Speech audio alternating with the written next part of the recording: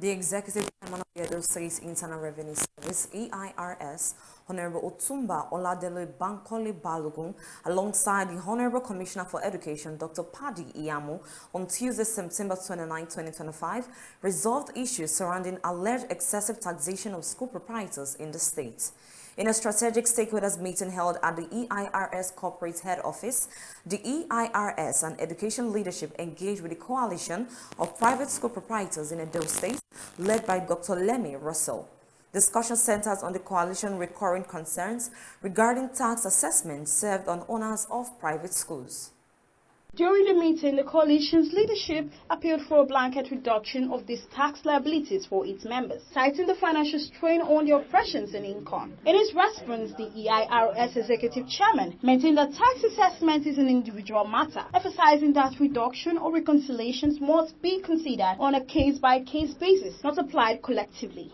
Otumba Bankole Balogun stressed that assessments are merit-driven and anchored on the income of each taxpayer, while also assuring them of the state government support for the educational businesses. At some point, we will look at individual cases. That's what I'm trying to say. We'll look at individual cases, and we must be 100% sure of, your turnovers, your incomes, and so on and so forth.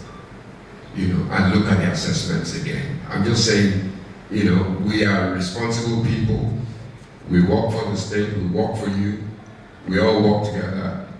Nobody has any interest in pricing you out of business or taxing you out of existence. Let me just make that clear over and over and over again.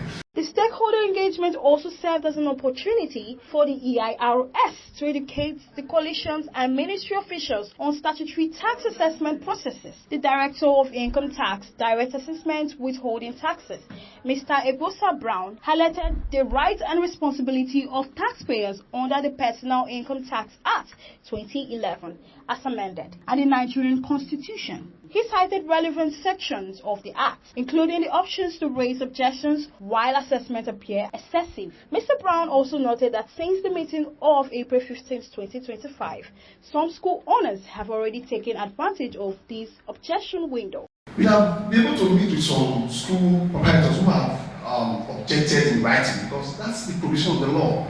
Precisely Section 58 of the Personal Income Tax Act provides that when the taxpayer is aggrieved with assessment, it should come up in writing, stating your grounds of objection. On his part, the Honorable Commissioner for Education, Dr. Paddy Iyamo, commended the EIRS for the opportunity to dialogue, noting that such engagement foster better understanding and cooperation between government agency and education stakeholders. He admonished the coalition to encourage its members to use the platform provided by law to resolve tax disputes amicably and responsibly, while assuring the coalition of the government's commitments to ensuring their businesses thrive. He emphasized that paying tax is a fundamental civic responsibility of all business owners. This medium to thank you, Honorable Chairman, for your time and for how you have piloted the meeting, explaining